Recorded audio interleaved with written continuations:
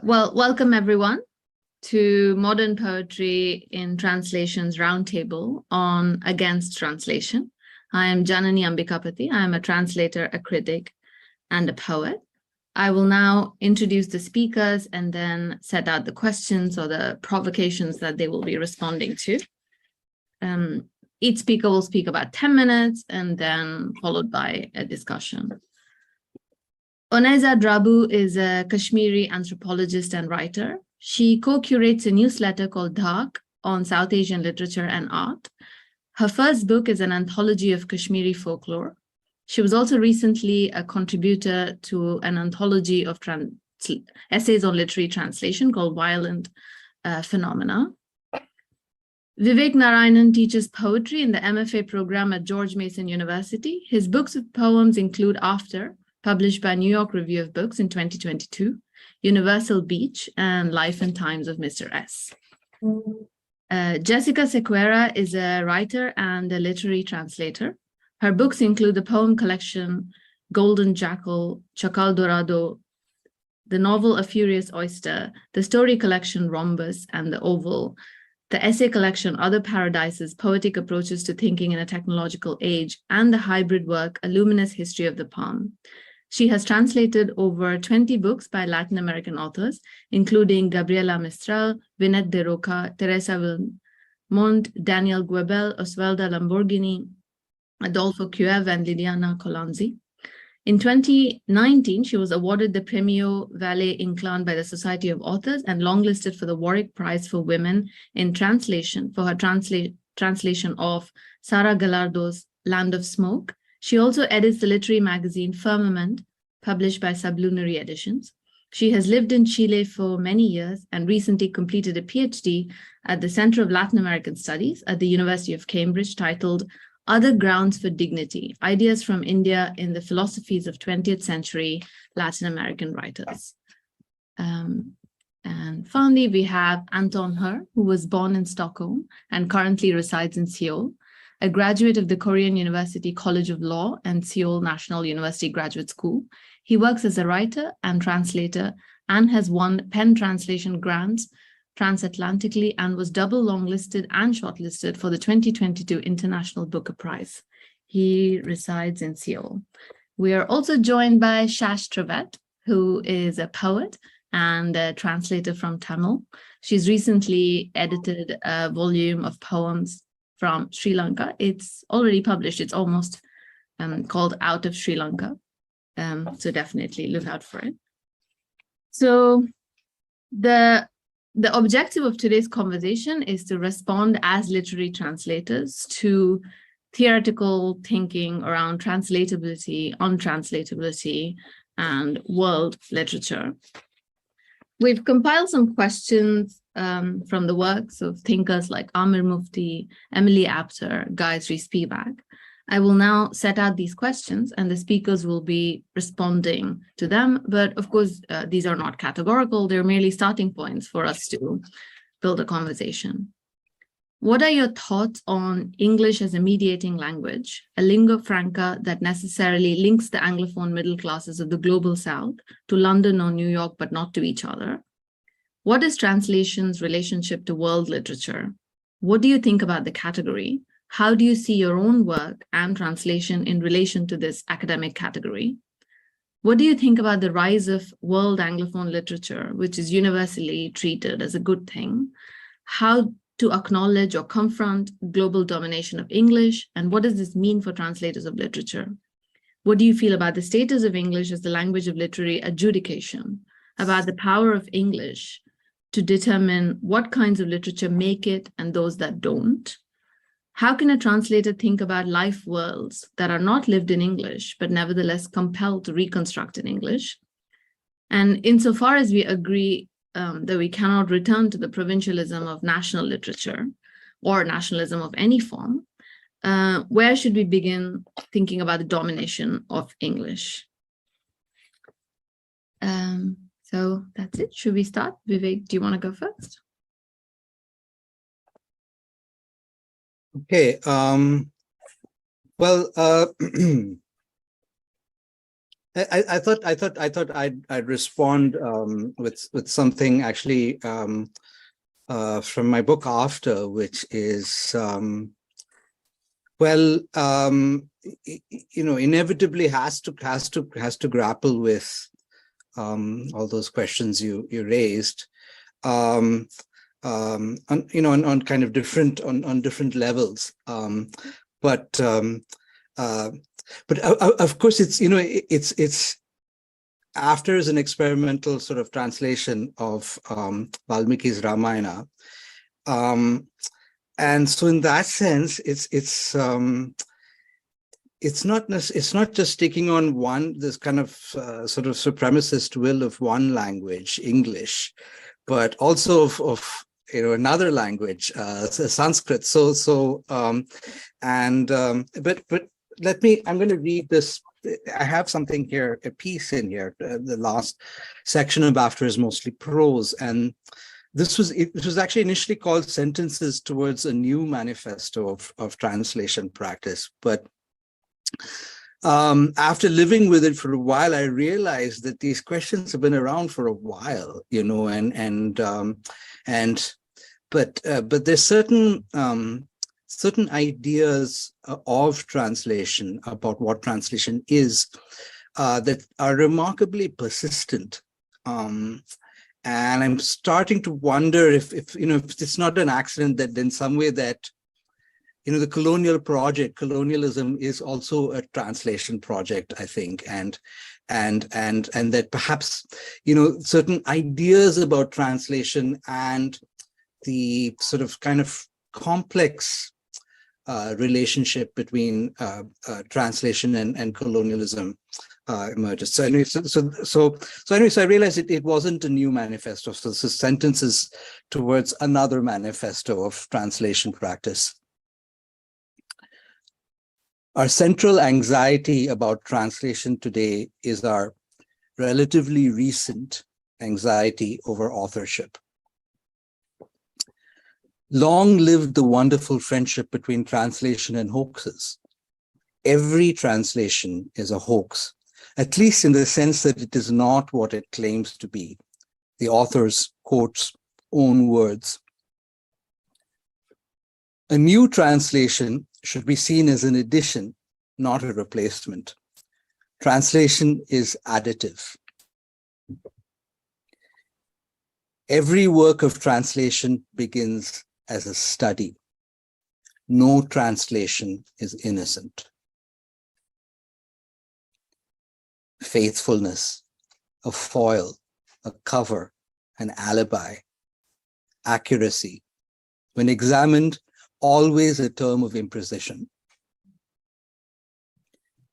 But translation is always possible. Translation should be the new art of the possible.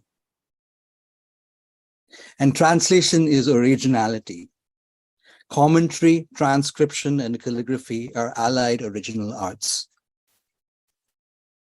Part of the relatively recent conspiracy of nations and poetry is the fencing off of translations, suppressed or repressed, as if they belong to other literatures and not ours. Few token exceptions to police the line. Parable. In 1857, the native sepoys of the colonial army plotted rebellion, quote, behind the back of this administration, in languages it hadn't bothered to learn well enough. In the wake of this surprise, after a spell of brutal, even mindless retribution against the native city, the colonists famously set about bringing the natives fully into English. They embarked on perhaps the widest, most intricate effort of translation ever. Land tenure, customary law, you name it. Nothing should escape the predatory eye of English. No inaccurate or freely improvised translation should ever be allowed or admitted to. It was a task of gathering, but also fixing. The technology of the dictionaries they compiled helped them in this, but it also helps us today. and the boundary between languages no longer clear. If translation can no longer be a consolation, what kinds of pressure and investment must it be willing to undergo? Under what terms do we endure mediocrity? True translation is soul fusion technology. Technology, in other words, technique. Every translation is a collaboration among many, including all those who have come to this terrain before you. I am indebted even to those translations whose approach I reject, because they gave me the benefit of having something to reject. If nothing is to be lost, something must first be gained. All poetry is translation. All translation is not poetry.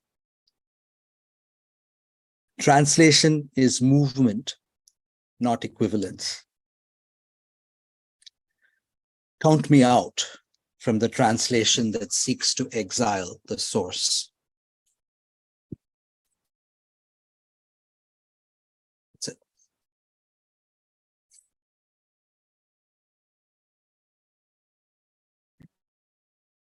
That was great. Who would like to go next? Onaiza, do you want to go? Sure, I can go next. I'm gonna read a little bit, so I've compiled a bunch of notes, and I'll try to keep it under 10 minutes. So, like Jessica said, like Janani, you said, I am an anthropologist. I'm a writer and a translator, and today I'm going to whatever I speak about, I will bring all of these subjectivities to this panel, and so I thought about a bunch of the prompts, and while I was thinking about all of this, there's also sort of a fourth subjectivity that goes with me wherever I go, and that is of me being Kashmiri. And it ties into everything else that I do as well. And I wanted to talk about my journey as a translator and how I came to it. And it, again, links to me being Kashmiri and growing up in a place where, which was contested and in a time where there were two different powers that were operating, and where, among other things, the project of assimilation was sort of being imposed.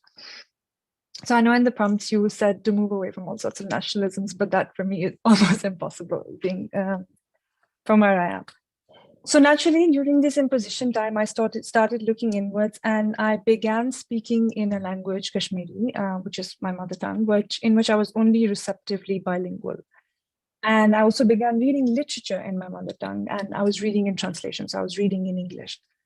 And this is when I realized what an injustice and almost what a violence, as Vivek calls it, had been committed, not just against the literature, but also against an entire culture and an entire almost civilization. And this is how I really came to translation. I came to it through an idealism of a young person who almost, in an activist act, tried to sort of set things right. And you'll all believe me when I say that it was the hardest thing I've ever done, just to sort of delve into the practice of translation. And I'd never thought it would be this hard. But my first project was translating folklore and Kashmiri folklore. And while researching, I started picking up other things.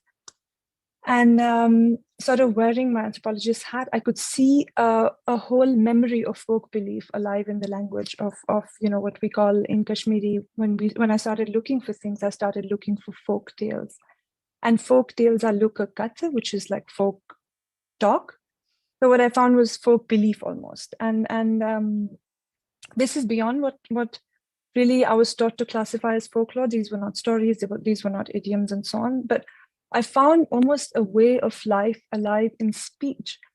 It's almost like the culture of a people enshrined in words that make up a language. So many can call it superstition, many can call it a belief system, but I see it as almost an ethical system that lives in a language of consciousness, of when scientific temper and rationality hadn't stripped us from a surrender of all that we don't know. So while I was doing this, I was just compiling all of these almost untranslatables. And this is the first time ever where I thought of English, or the failure of English, as a mediating language, because it brings almost a sanitizing, flattening rationality that it imposes it on Kashmiri, and it's almost impossible to translate it. And it flattens this rather aesthetically beautiful tongue. And my issue with the early translations of Kashmiri was this oversimplified lexicon, was almost the use of familiar phrases, almost in a way that were cowering to this imagined reader to whom we had to make it accessible. So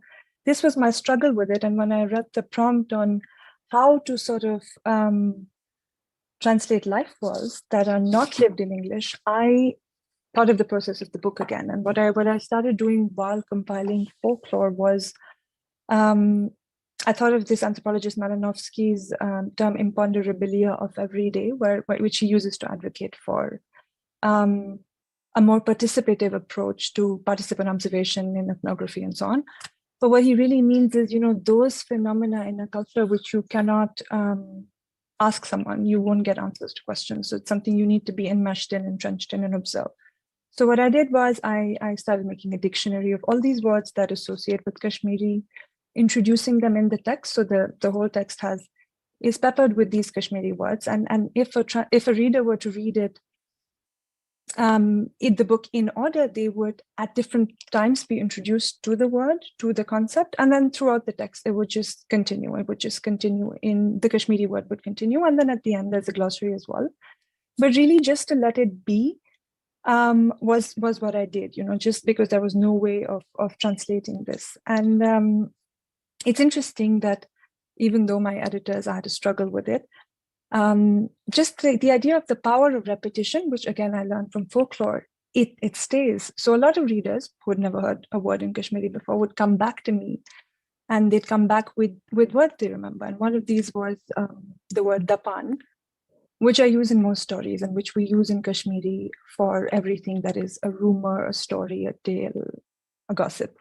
And it means it is said, but it is said by whom, that is not specified. But it's just one of those things that, it is said. It exists. So that really stayed. And when I was recently having a conversation with a translator friend who was, again, Kashmiri translator, who was complaining about footnotes in his book and the struggle he has with footnotes and how difficult it is and how almost impossible it is to explain, I started thinking of this prompt of how best to translate life worlds. And I started thinking of two ways where we could think about it. And the first was to come together as translators of a language, of a culture that almost take a stand, that almost move away from this idea and this notion that of not bowing down or just letting certain words be, certain text be, certain concept be, coming together and doing it as a collective. And also as a collective that translates a lot more and brings it out into the world. And then I also thought of how this could be solved not just by the translator, so it's not solely the responsibility of a translator, but also that of an active reader. And an active reader and a combination of readership and translatorship where, not just one book is the representative of an entire culture, not just one book is the thing you need to know to understand Kashmir or to understand any other language. And the responsibility is very much with the reader as well to sort of investigate and understand the life world and make this attempt. So when I was thinking of this problem, this is what came up. But some of the other things that I sort of want to just throw into the panel and talk about, and something I've been thinking about a lot is when I started thinking of the power of English, it also struck me that English, the language, isn't so much what I have a problem with, but English, sort of this hegemonic cultural system that of all that it symbolizes, and how this global English speak almost changes how we speak in other languages, and the problem of lexical attrition, which in, again, my specific case, I see that 2 generations ago, people had a whole different vocabulary, which we don't possess now, which we speak almost as though we're speaking in English or Urdu or Hindi, when we speak in Kashmiri. So how words fall off our languages, how the power of English, it changes not just how we write, how we speak, but also what is being produced. So short stories, for instance, are not in Kashmiri form, it's a primarily oral language. And the first short story was written in mid-20th century, and similar with novels. So why do we why do we think of those forms as literary? And then that's the second question that sort of I've been struggling with is orality, and Kashmiri being an oral tongue, not really a written tongue. And how do I then translate orality? I mean, I can try as much as I can, but at the end of the day, I'm almost trapping words that are meant to be spoken out loud into paper. So especially with digital media, how can we rethink translation for oral tongues, oral literature? Yeah, these are some of the things I sort of had in mind. And let me see if I missed anything. Yeah, no, that's it. And just the idea of against translation, the title, it prompted in me a few thoughts when I was like sort of finishing up. And for me, it against translation stands for against translation by those unfamiliar, against translation into forms that can't carry a work, into forms that compromise sort of the integrity of the work, and against translations of convenience, both in choosing what gets translated, but also in how it gets translated. Thank you. That's it. Thank you, Onaiza. Okay, I will try to organize my thoughts. Well, first of all, thank you for organizing this. I'm going to try to be lucid at this early morning hour.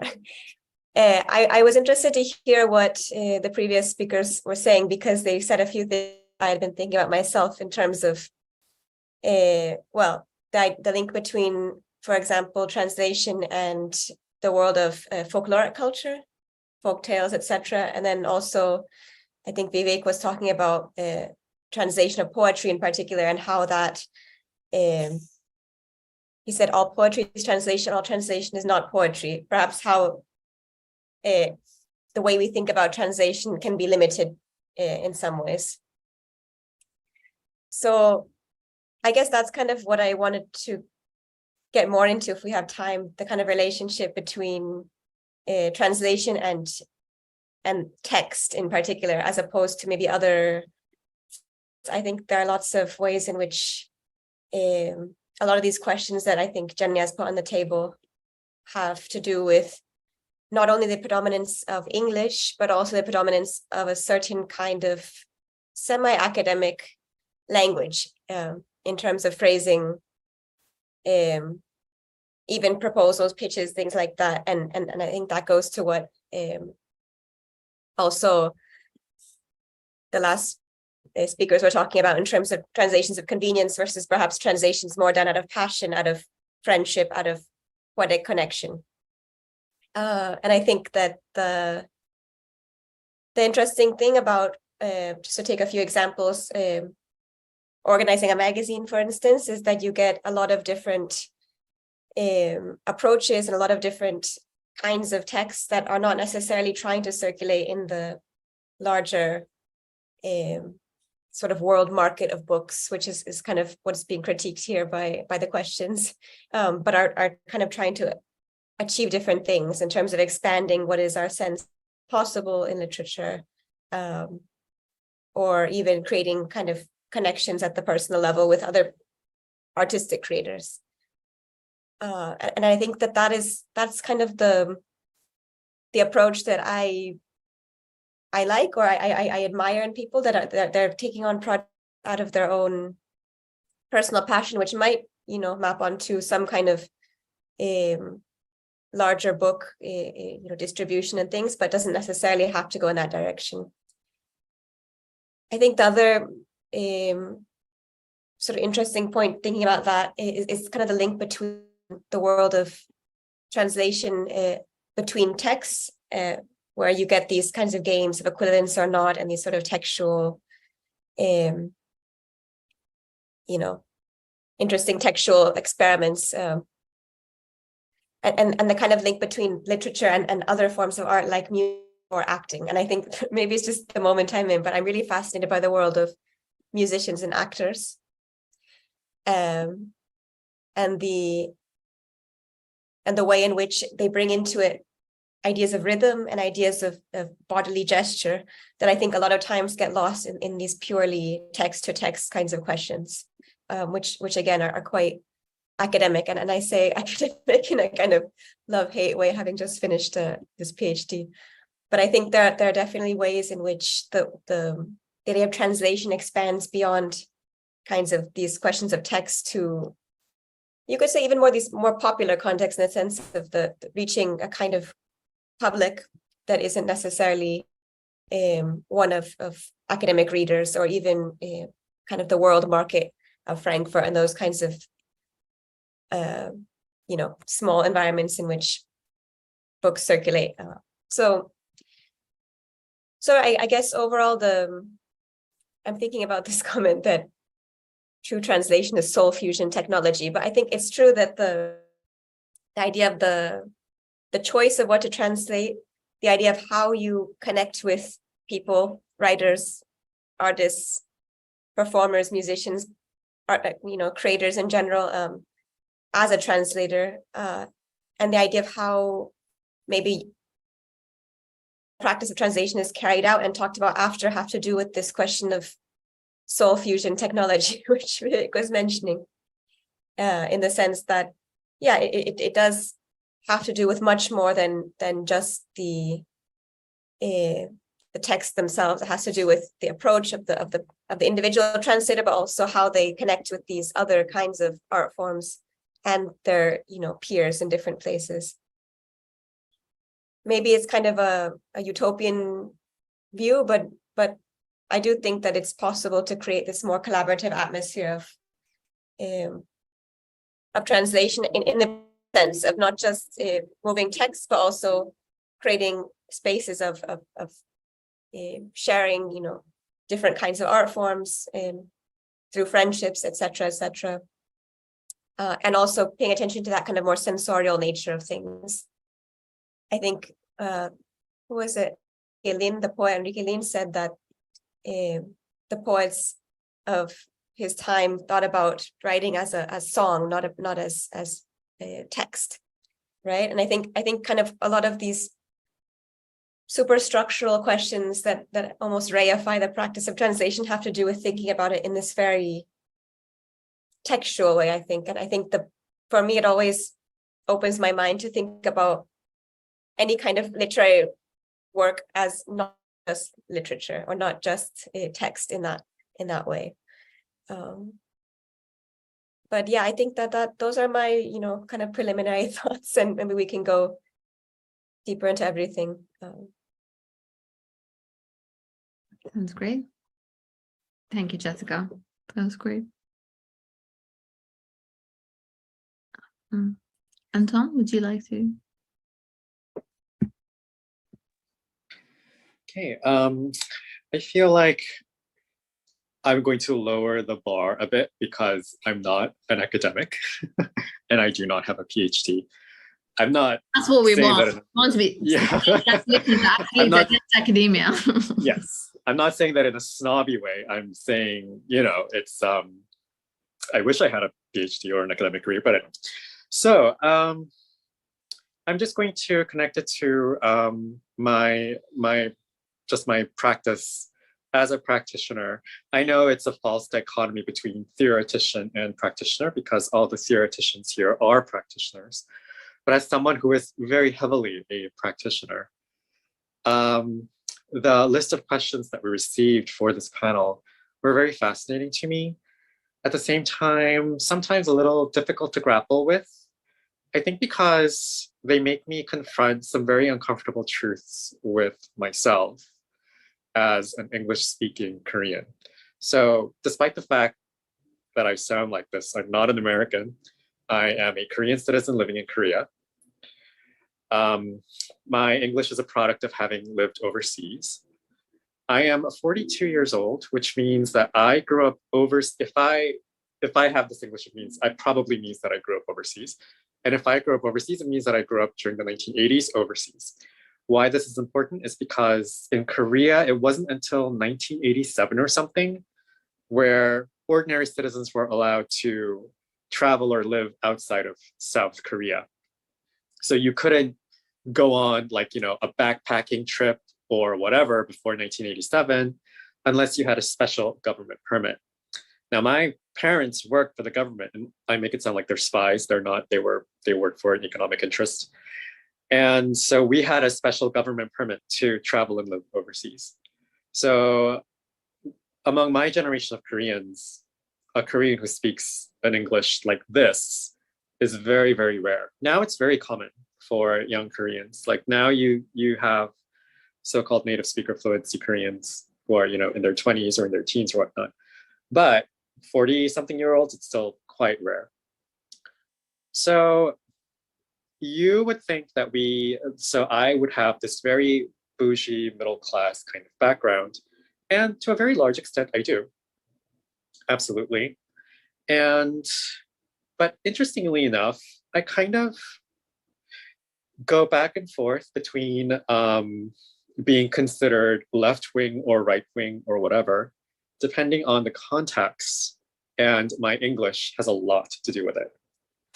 Because I'm an out gay person, I tend to have very progressive views when it comes to social situations.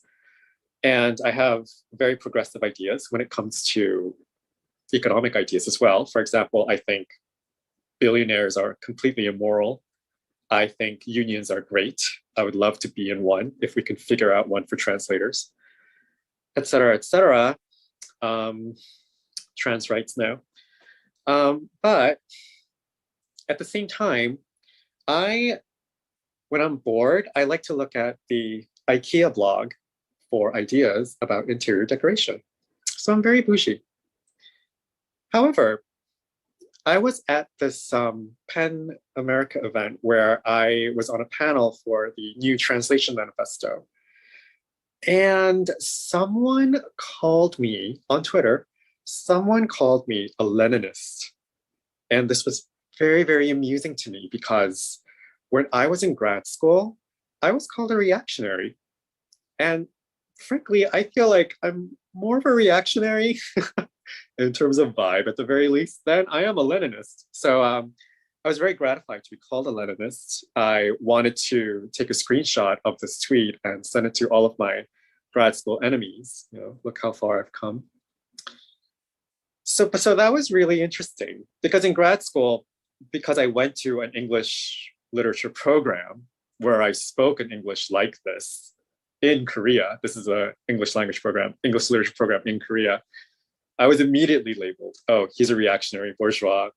His parents were probably rich and they sent him overseas. I was never sent overseas. I simply lived overseas with my parents. There's a huge difference. Like I never went to private school until I went to like college.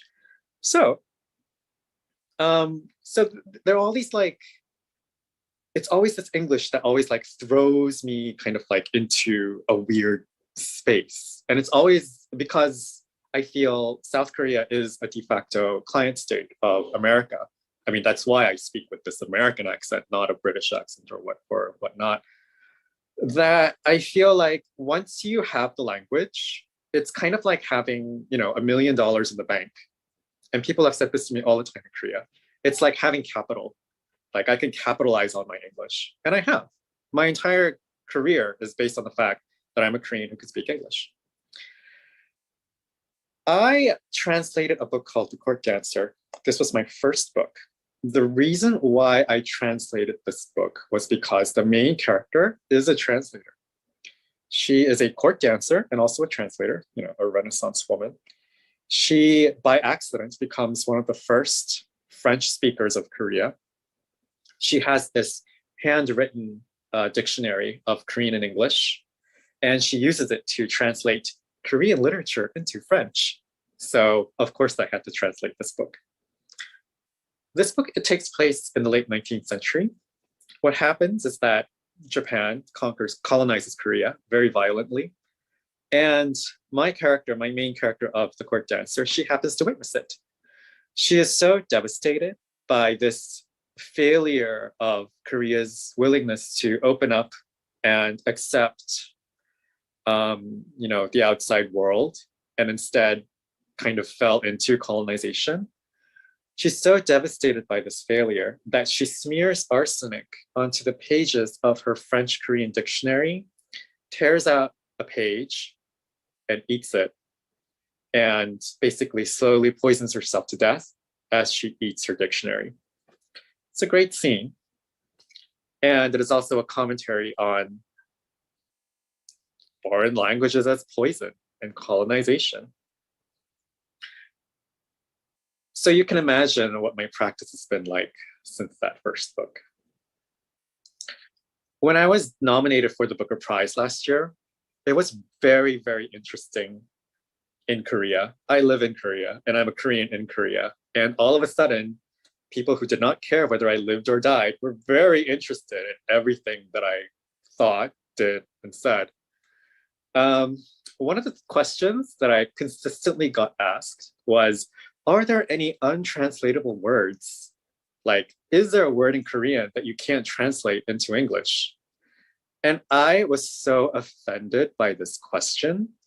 I would tell these journalists, like, is there like a story that you find like unreportable? Like, do I go to where you work and like slap the pen out of your hand? Like, what is this question? It's very insulting. No, there is no word that I cannot translate. I can translate every friggin' word, thank you very much. And to this day, that is my answer. But it's very interesting about this question because I am never asked the question the other way around. I am never asked, are there any English words that you can't translate into Korean? And this is because the Korean language is so beautiful and pristine and untouchable, whereas English is, you know, crap. And while there is some truth to this, it's a very nationalistic way of seeing language. So previously, when the other presenters were talking about nationalism, yeah, there's a lot of that in the world of translation. They always expect me to say things like, oh, the word maum is so difficult to translate into English. Like, oh, like they always want me to give this like airy fairy answer. And as you can see from my attitude, like I am not that girl. So yeah, in those cases, I am very not reactionary. I am not very nationalist. My belief is that everything can be translated. My belief is that if translation is impossible, then literature is impossible. So you can't have it both ways. You have to choose. Is literature and translation possible or impossible? And that's kind of where I am right now when it comes to this issue of English and its dominance, like in the world. I do feel that it is kind of like a poison dictionary. But the thing is, poisons in small doses are medicinal. And it's only when you overdose, when something becomes toxic. And that's just toxicology 101. So it is our job to listen to academics like we have on this panel, because they do a lot of thinking and a lot of worrying about where do we draw that line and what examples are where we draw that line. I read like all of your articles and all of your books because it's very, very important that someone smarter than me does this thinking for me.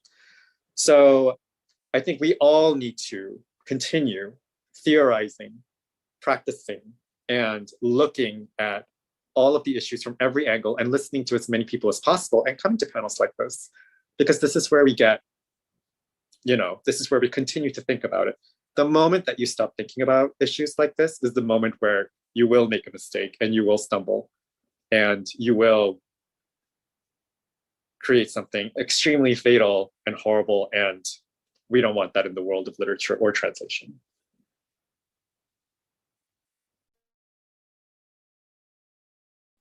No, I mean, I'm just stunned by the kind of shared thinking and the kind of echoes in all of the discussions. I don't read a lot of translation theory because I find it boring. But I do. I do try to.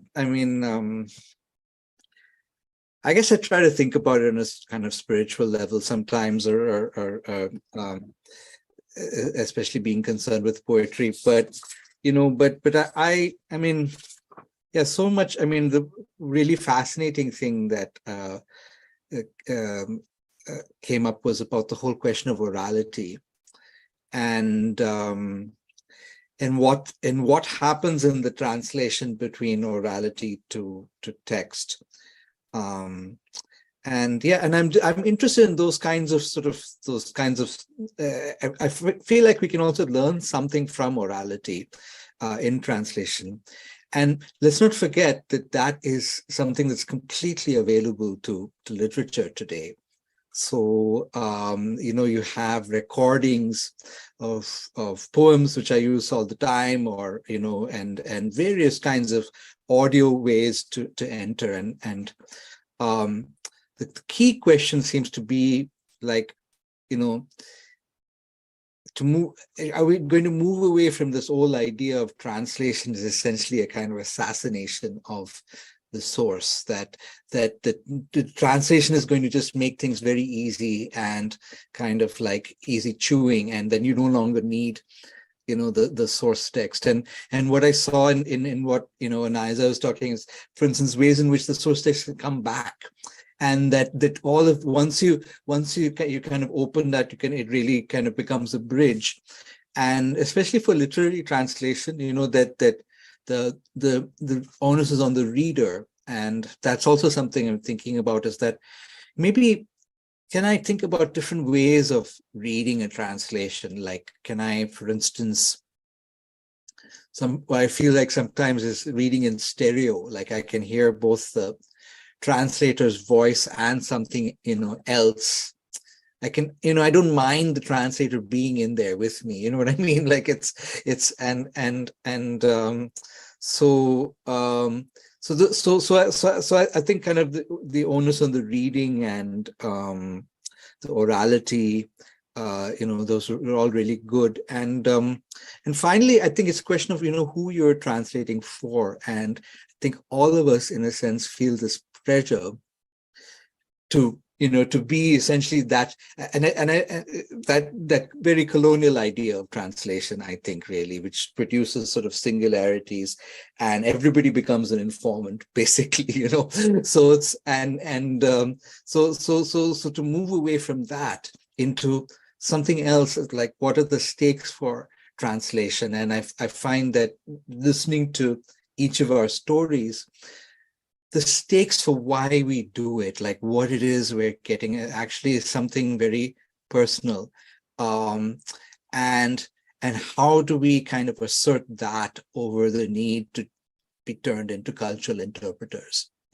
How do we assert these other modes of what translation is opening for us as practitioners?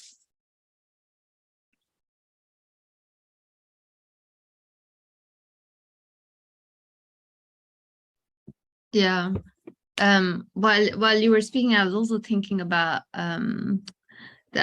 these academic texts or academic theory that's written at the beginning of Amr Mufti's book. He says, halfway through the introduction, he says, here I've been saying you, and then I'm now thinking that you are a European American reader, and that perhaps you are not a Euro-American reader, and this is my assumption that you are. And it's something, similar to what you were saying. Who are the receptors? Who are the receivers of this translated work? And I think even Jessica was saying that, and Onaiza raised it as well. We assume that there is, or when I say we, I guess theoretical thinking makes a lot of assumptions about who receives these texts. Is it the market? Is this market notionally situated in New York or London? Not discredit to me, but even in this panel, we're not necessarily all speaking to the Euro-American other or the Euro-American opposition. And I guess there's also another kind of binary, which this panel has made me think about, that the text is finished, that once it's translated and edited and published, that it's finished, the process is over. But maybe the process isn't over, like Onaiza was saying. Maybe the reader opens it up again, and a reader. But again, if it's not a Euro-American reader, if it's a Korean reader or an Indian reader or a reader of Spanish text, then they are part of that informant. They are also informants. They are also representative of the book that they are reading in a way. And this happens to me a lot with Tamil. I'm reading about Tamil literature or Tamil literature. And of course, I feel part of that continuum, but also partially like a foreigner, partially like, oh, is this what's happening? So I guess a lot of what I'm saying is, and like Jessica was saying, friendship or other kinds of collaboration that isn't necessarily market oriented, that we translate for each other. We translate for a different kind of a reader who is not sitting in an award panel So I'm just thinking that maybe this is not a question, but academic thinking maybe assumes who is who in a very strict way. And for practitioners, those things are not set at all. And of course, we all read each other and in very different ways than we are read in notional places. Go ahead. Yeah, it's interesting because, well, first, I'm getting the sense that all here are like most translators in general are kind of eccentric, kind of between culture people in many senses, not just like national cultures, but also kind of in this way of inhabiting spaces, like moving between more academic worlds or to more like market-based worlds to more very, underground sort of poetry festivals, whatever it might be, like moving between space in a lot of senses. And that is kind of I think a certain sensibility that maybe kind of these questions flatten out, or like maybe it points it in a more academic direction, not to paint all academics as like horrible people, but I think it's like a very specific, way into it. I guess the other, I think the thing that you are saying about the ways in which also, well, not just friendship, but these kinds of more mysterious like reasons for doing what we do are interesting. Like I think Vivek was also getting at that, like the reasons why we translate at all are sort of multiple. I would right now I'm working on a project with a friend to bring poems, some of them translated, to like audiences that don't usually read poetry. And I think one interesting part of that process is the way that even doing a small intervention, like putting more rhythm into it or bringing in other art forms, like gets people excited about kind of text in a way that they wouldn't otherwise maybe. And sort of, again, it makes me think about like these kinds of conversations that are very theoretical versus the other kinds of way of talking about translations, or like bringing them into life in many ways that don't necessarily have to do with that approach. But maybe you all have different ideas. I'm like into the circus right now, the idea of kind of like these circus images of like acrobats and trapeze artists and whatnot. And I think that, we can learn from all these other art forms in many ways of like, not just entertainment, but also like education in many ways, like bringing things to a more popular level, I think is really important, not just keeping it at at that level. And I guess the last thing, on that same note, like having given a few translation classes,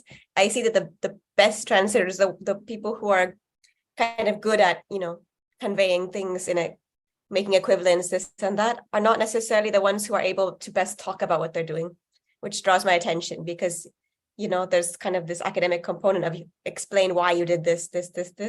It's almost like an intuitive thing for some people. And I think that also draws my attention, the people who can explain things quite well sometimes just to like straightforward translations, or like the more poetic ones are a bit more eccentric somehow. But those are some thoughts. If I can actually speak to what you just said, Jessica, and I think often I forget that a large part of the work I do is that 6 years ago, a friend and I started almost a reading project. We started reading South Asian literature and writing about it in a newsletter.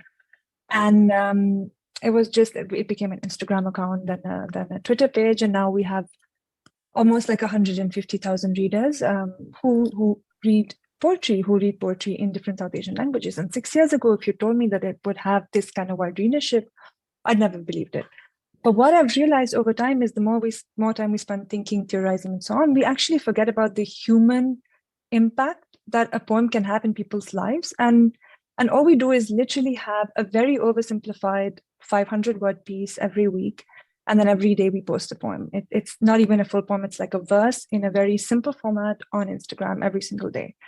And actually, what I've learned and what has been an eye-opener for me is all these people talking to us being like, we had the most terrible day. We're almost suicidal, but like came across this poem and it gave me hope because someone sent it to them that day.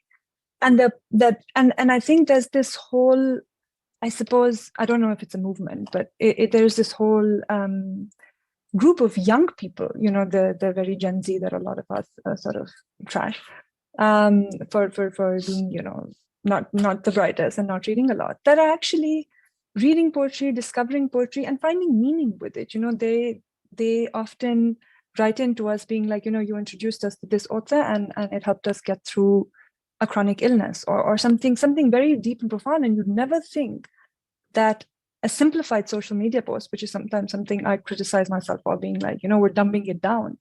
Actually, this access impacts lives.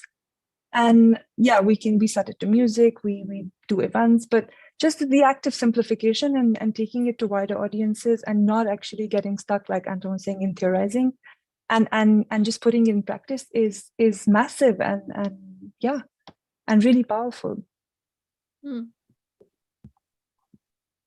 Yeah, that makes me think this, thinking about different kinds of audiences who are cheered on or who are enthused by the kind of literature put out on social media. I wonder if the academic anxiety about literal translation or anti-literal translation, if it's a problem created by the theoretical mind to which the solution is then found because I think a lot of readers are okay. There, like Anton was saying, there is probably a bit of chauvinism as well, that no word from my language can be purely translated and that sort of thing. But then also maybe literalism is not something that every reader wants. Maybe loyalty is not something that every reader wants. And maybe everyone is already, like Vivek says, able to hear other echoes or able to read a translation. I'm just wondering what the kind of the historical root of this problem, where does it come from? It's been resolved, or it's trying to be resolved now, but then where does it come from? Does every reader really have this in their mind, that this is not, this is not loyal, this is not literal, this is not how it sounded originally in French? Or in practice, it's a total false binary. If you want to create a beautiful translation, you have to go back to the source. You can't just make up a beautiful translation. The most beautiful translation is always like the most accurate, whatever that means. The accuracy is going to be, like, how you define it is going to be different, but it's like what Jeremy Tiang says, we don't translate words, we translate vibes. So you kind of have to find the vibe, and to say something is either accurate or beautiful, that's always going to be a false binary. Just to add on to what Onaiza said about the Instagram and Gen Z. So I just came off this gigantic translation project involving BTS. And apparently it's the biggest selling book in the world now. The really wonderful thing about this project was just how lovely the fans of BTS have been, ARMY they're called. And I was always fascinated by how this band that sings in Korean, and they have these beautiful, very meaningful lyrics, but they write them in Korean. But audiences all over the world are moved by them. Young people are moved by these lyrics because they find like different fan translations of the lyrics. Sometimes there's an official translation, but of course, there are fan translations that are better than the official occasionally. And they compare fan translations, and some even learn Korean in order to read BTS in the original and to understand BTS in the original. And to me, this is incredibly moving. This is really wonderful. It's not like reading Jane Austen, like learning English to read Jane Austen in the original. I mean, this is going in the other direction, right? It really made me think that poetry poetry may die someday, but it's going to be a very slow and long death because it will find these other ways to survive. If kids can't get the poetry that they want from, school or from reality TV or from, TikTok, then they're going to find it in things like BTS lyrics. They're going to find poetry. And apparently, millions of people have found poetry in BTS. And I think that's just a wonderful, beautiful thing. The other thing about language, kind of like English in particular, as you know, our topic of discussion, is that I know England is, you know, an evil country, and it has an evil past, and English is an evil language, and it has been used in so many evil ways that are in many ways completely irredeemable. I am currently translating a book with a Japanese translator named Lisa Hoffman-Kuroda. And we are translating a book together where my author, Kyung-Sik Shin, and her author, Yuko Tsushima, they wrote letters to each other. So it's a book of letters. So I needed a Japanese translator because I can't just translate the Korean. So we are basically using English to create a Korea-Japan translation of a book. And because these two writers happen to be friends, the letters are very beautiful, very just friendly and full of love and friendship and goodwill. And we always kind of half joke, but we're also serious when we say, oh, we're doing this project for world peace. This project is our world peace project. And it would not be possible without English. And that's the long and short of it. It's because, you know, Yuko Tsushima, like, you know, because she has such a big readership in English and Kyung-Sik Shin has such a big readership in English, like this book did not particularly do well in either Korea or Japan, but we are determined to give it a third life in English.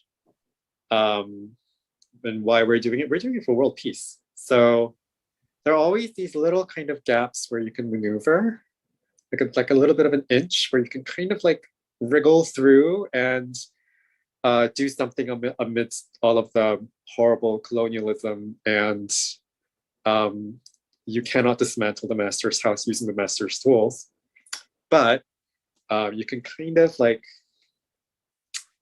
I don't know, jiggle with it a bit so that you can kind of like push something over the edge. Mm-hmm. I may be just being reactionary again, although I am a Leninist, apparently. So as a Leninist, I would like to say, no, there are ways that you can kind of, like break that binary and make things more interesting, you know, queer things up a bit. Yeah, definitely. And you know, Vivek or even Shash, maybe you have something to say about this as well, that using the possibility of English as the evil lingua franca, but also some kind of peace option against another dominating culture or dominating text, where this becomes the language of subversion or secrecy or getting away with it. And the possibility of English to exist like that is also because, paradoxically, that it is the lingua franca. Well, first of all, Anton, congratulations. I forgot about the BTS. My God, that's huge. That's amazing.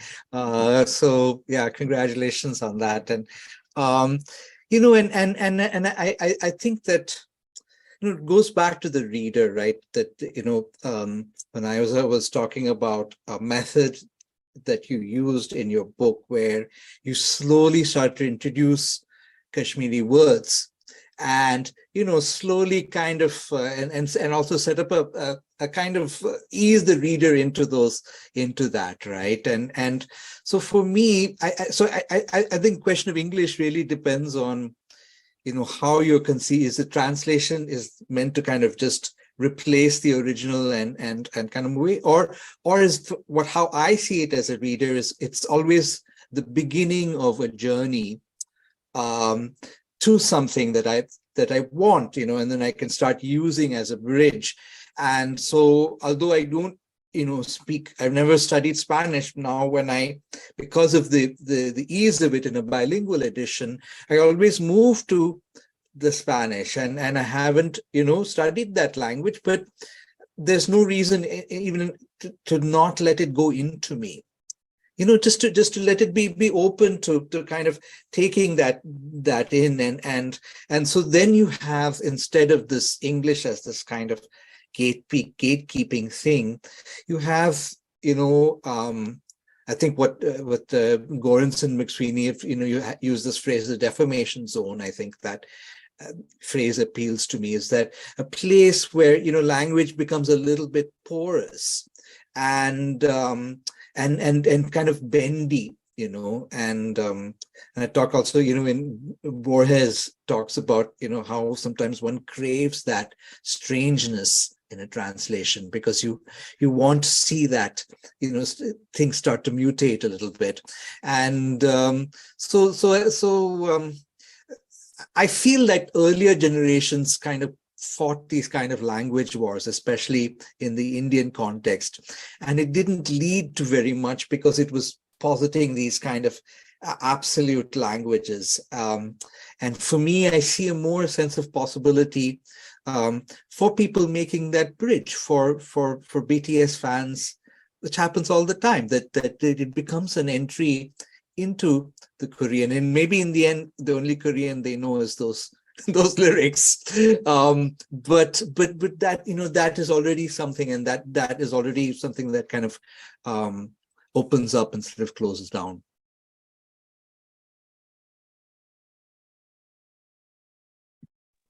And also, just to speak to the Indian context, Vivek, that you said, I often feel that English is also my language. The way I speak it is I bring all my Kashmiri, my Urdu, my Hindi into my English. I speak it very different from someone in Brooklyn, and I fully claim it. In all its strangeness, my English is mine, and I don't actually see it as an alien tongue, as a stranger's tongue, as a foreign tongue. And similarly, like Hindi or Urdu, I don't see it as like the other tongue, although I do. It's a complicated relationship when it comes to India versus Kashmir, but it is also mine. And just to go back to what Anton was saying of yes, English is the big bad hegemonic power, but also for me, it is the tool of discovery of my own language, because Vivek, you mentioned the dictionary bit, and a lot of the words in Kashmiri are only alive in one, colonial explorer's dictionary.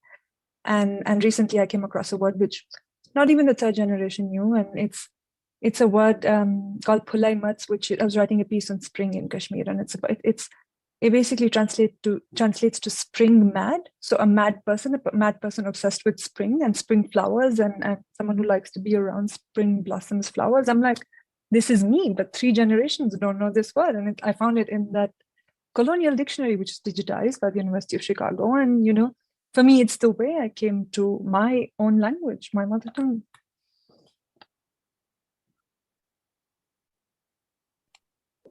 Yeah, I think Vivek would also agree with this, that we've used quite a lot of critical annotated editions by mostly colonial powers to think about Tamil and Sanskrit as well. There's like academic texts, tomes that are produced, fairly boring to read through, but you do end up discovering quite a bit about your own language.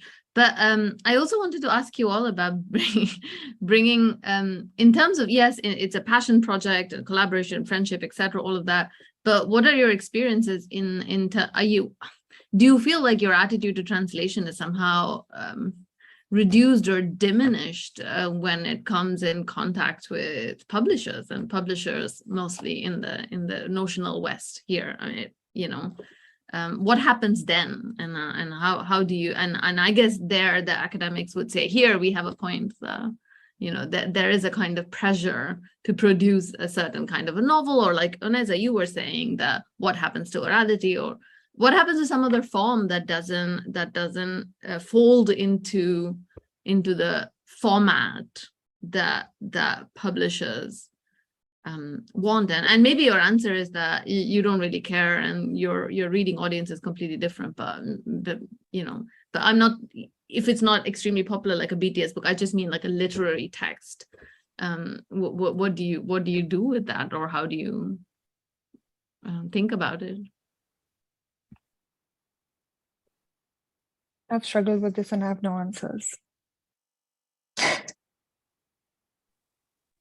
Just to give an example, for me, the problem has not been a lack of imagination by people in publishing. It's actually the opposite.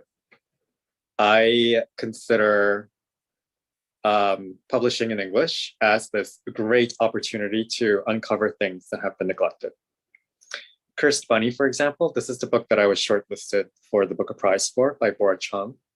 So famously, this book was not a bestseller in Korea. The author is considered completely out of the mainstream because she did not go through the selection process that licenses novelists and poets in Korea. We have a licensing system here in Korea. So she has no poetic license, no license to write fiction. But because she works in genre fiction, there's a loophole where, oh, genre fiction writers, you don't have to go through this process, but we're not going to take your literature seriously. So her book was completely neglected by reviewers and completely neglected by the reading public. I discovered her book at a book fair. I discovered the physical book and I loved it so much. I thought, this book, you know, I want everyone to read this book. I want everyone, it's a very common translator, like I'm sure Jessica understands, like it's a very common reaction. Like when you read something really awesome, you immediately want everyone else to read it. And so you translate it, yeah. So I had that reaction with Cursed Bunny. It's very, very basic common reaction. And so I translated it and I put it in front of like everyone that I can think of. Like I dragged Bora to like every literary festival possible. Because I wanted people to read this book and I was convinced that people would love this book once they read it. And I was right. And so like when we were at the Booker Prize ceremony, which is, you know, basically the most critically acclaimed books of that year are basically like in that room. I'm like, wow, like I can't believe, I turned to Bora and I said, wow, I can't believe we're getting away with this. This is so wild that we bamboozled all of these people into thinking that, you know, I mean, it is a literary work, but like we came really far with this one book that is your debut in English. So yeah, for me, publishing has been kind of like this opportunity to subvert everything.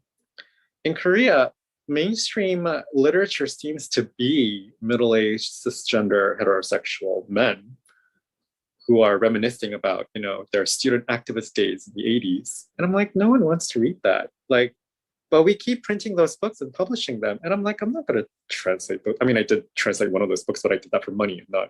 I don't like that book. So like, no one wants to read that. And no one has read that book. I want to translate books by women. I want to translate books by gay people. I want to translate books that are like science fiction, that are fantasy, romance, you know. I want to translate books that are edgy and entertaining, and yet, you know, there's some kind of like thing that will make readers uncomfortable and challenge people's preconceptions of what Korean literature is and what world literature is. Like, I don't want every book to kind of like be predictable that comes out of Korea. I want the opposite. I want to completely surprise the reader. And Cursed Bunny is a book like that. Love in the Big City by Sang-Young Park is like that. These are all books that people don't expect Koreans to be writing. When I started translation and I was looking for a gay Korean novel, people were saying to me, oh, are there gay people in Korea? Like people would literally say that to me. So yeah, it's for me, publishing has actually kind of like, it hasn't been an experience where I have to like stuff my ideas into a preconceived notion of what I feel, of what this sort of hegemony feels like, what literature is. It's been quite the opposite, where it's been like an opportunity for me to kind of bulldoze over those expectations and really kind of like wow the reader. I feel like it's still a great effort. People are not going to pick up a book just because, you know, it's from Korea, it's from Kashmir, it's from Chile. Like, people aren't wired like that. So we have to, it's still quite an effort to kind of like pierce the expectations of the reader. But like, some people enjoy the challenge and are up for the challenge. And I guess that's what we keep doing, and that's why we keep doing it. Go ahead, Jessica. Yeah, so I was gonna say I like those ideas, and I think I kind of identify with a lot of this idea of world literature kind of suggests a maybe almost Germanic system of like everything being very organized. And I think the whole infrastructure of everything's a lot more fragile or random, you could even say, like based on the passions or enthusiasms of a certain person, maybe in a certain moment, that kind of like jumps over these hurdles. Well, it has to do a lot with, I think, the presence of independent publishers being more important, because like in the case of a lot of books, they don't necessarily have to pass through this moment of consolidation in their home country or even a certain kind of, you know, genre definition in order to get a certain kind of recognition. And in fact, that I more and more the sense of like uncanniness, you could even say, in kind of two levels. One, temporal, maybe like people will talk about a book in a certain place, and then the same kind of conversation will happen in English like 2 years later around a certain author or something. And it's kind of like, oh, like this moment of having the conversation twice and in different contexts, like makes you think about, yeah, it creates this strange moment of uncanniness, I think, for me at least. And then the other strange thing that happens is, right, like what in Chile, for example, might be considered the canon of, you know, famous poets or people that, you know, you should read as a literary person.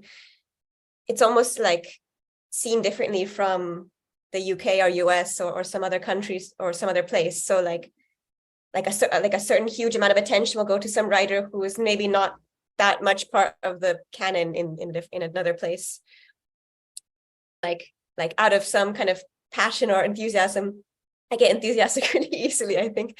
Like, yeah, I'll be like, let me translate, I don't know, Lamborghini or something. And then people will be talking about this writer who is like not even, or they're like part of a conversation in a very specific or angular way. And so you get like these kind of moments of disjuncture, which I think are interesting. And kind of that's the subversive moment of the translator, is like choosing what to translate and even like how to present it can change the situation, the conversation a lot. And that's where like, okay, I'm going to resuscitate the academic side of things a little bit, like the kind of moment of doing this paratextual work of like translators' notes or like commentaries about things, glosses, etc.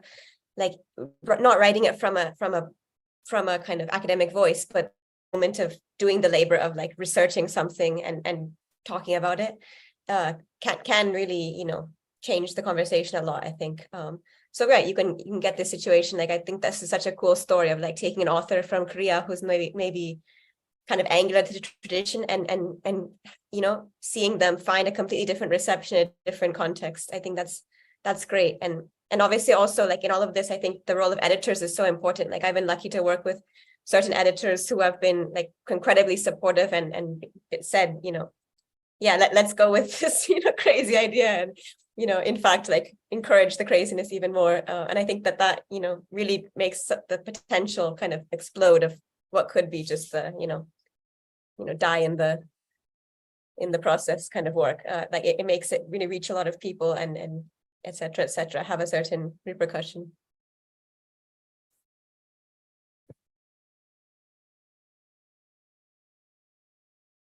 Yeah, I mean, when Anton was speaking, I was thinking maybe there is a kind of dullness and boringness to the term world literature. It makes me think of world music, which is always a bad thing, like a fusion, really dull, and lots of instruments poorly, you know.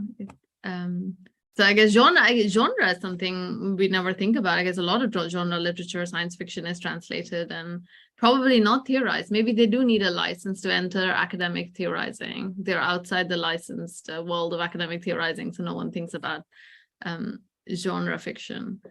But I also wanted to go back to something that quite a few of you mentioned in terms of orality and performance and somehow leaving the space of textuality, leaving the space of extreme textness. I wanted to know your thoughts about, are you thinking about other forms? Are there other forms of translation, or what do you do with the performance element of what you're translating, especially poetry? How is that in Anton's words? How does that vibe come into your process? So the Korean language is famously onomatopoeic, and everything kind of sounds like what it looks like or what it sounds like. It's extremely, extremely oral, A-U-R-A-L. And that's one of the reasons why people in Korea are so skeptical about translation. They're like, oh, you'll never be able to have the same feeling that it has in Korean and English. But the thing is, English is also very onomatopoeic, and all languages, all spoken languages to a very large extent is onomatopoeic. I think poetry is perfectly translatable. Maybe not perfectly translatable, I don't know what that means. But I think it's, you can come up with very, very interesting translations of poetry. I don't think that, translations, just because a translation is a failure in terms of accuracy, that it's a failure as a poem. I think quite the opposite. I think certain kinds of failure are very, very interesting to look at. Orality, like Vivek said, is extremely, extremely it is a very interesting and elusive thing, and it's very difficult to capture. The thing about what I notice about, poets that I translate and novelists that I translate is that the poets that I translate, like when you're with them, like the star power is like overwhelming. And when they don't say like, oh, hand me the soju glass. They're like, hand me the soju glass. Like it's kind of like emanates from like their soul, like even the tiniest thing they say. And I'm like, wow, I can see why you don't write prose, because that would be very, very exhausting for you. So I think like the thing about orality is that it's so tied on this idea of presence, and the person has to be present. And any poem in that sense is kind of going to be like a carcass of what the experience of poetry is supposed to be. And yeah, you can get a lot from a carcass. Like you can get a lot from that archaeological experience. It's still very interesting to kind of like who was it? Zadie Smith a long time ago wrote about how reading is a very, very very creative and active act, because it's kind of like being a violinist. You're not Mozart, you did not compose music, but when you're reading it, you are basically like a violinist, like rendering it into music. And so I think we need to give readers of poetry a bit more credit. I think it's very useful for readers of poetry, for example, especially poetry, but like any reader, to go to a poetry meeting, like a reading, and see like how poetry is read and be in the presence of poets. And because it's very different, and so it will help them become better readers, I feel. And it'll help them with the orality aspect, and to seek out readings, on YouTube. Now that I think Vivek mentioned this as well, like we have all these like great tools that we can use now, and there are great podcasts with poets. Like poets have the best podcasts. Like of all the literary podcasts, like poets have like the most fun. They're the most spontaneous. So I think, yeah, it's actually, like people keep saying poetry is dead, but like I said with BTS, like it's actually might be a very good time for poetry. You just have to kind of be very, very wily, very, very cunning about it, I think. But if you can find the way, then you can write it.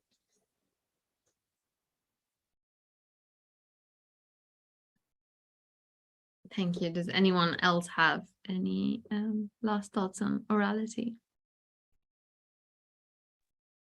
I mean, I wanted to say just first, in terms of what I'm getting, maybe part of what's happening is that some academics are kind of invested in impossibility and kind of charting impossibility, and they're not wrong in the sense that there is the burden of all of this kind of historical burden that very deeply kind of games the whole process of translation. And you asked about the reader. My experience that unfortunately most readers do have a very simplistic idea of what translation is. My students come in, they really do. If you show them 3 different translations of a Sappho fragment, and everybody's mind is blown, just like my mind was blown, because you realize, it's not mechanical. And so these, and I think so these. ideas about translation are very deeply set, and it's hard to shake out of them. But what I think everyone is saying is that as practitioners, you want to see possibility, and you see all of these moves you can make, and that when you are, when you're translating, you're not just kind of doing an activist move in one language, but also in the source language. You can all the decisions that you can make can be actually quite crucial, and they can be subversive and open things up in different ways. And so the oral thing, I think absolutely that now I won't go back. I mean, YouTube, and just to be able to take those languages into me is very beautiful, and to be able to kind of enter them in different ways, even for instance, through subtitling. And also when you have increasingly multilingual texts and poets are reading them, then you can get the full sort of sonic beauty of the kinds of multilingual juxtapositions that are going on in those poems, or orally.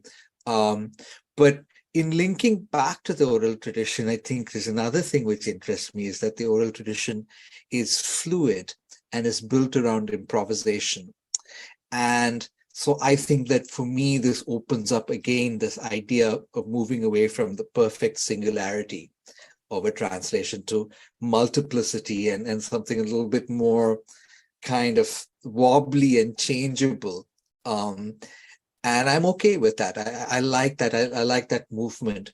And the final thing is that, translation has a fascinating relationship with the body, and really all kinds of transness. I think that when you are when you're translating across gender, and when you are, in my case, I had kind of done a Tamil poet, Kutti Revati, and I remember reading with her, and she's reading the Tamil and I'm reading the English. But now that I've heard her do the Tamil, now I'm trying to align my performance to hers, right? And it's the most extraordinary experience of kind of crossing and sort of kind of bodily movement and merger and things like that. And so I think